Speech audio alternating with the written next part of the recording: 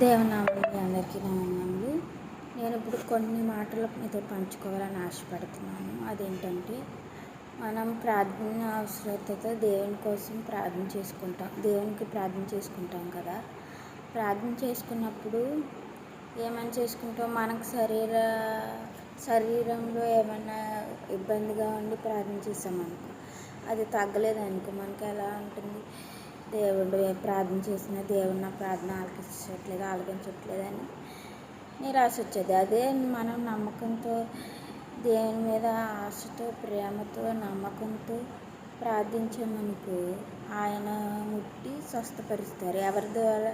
డాక్టర్ల ద్వారా.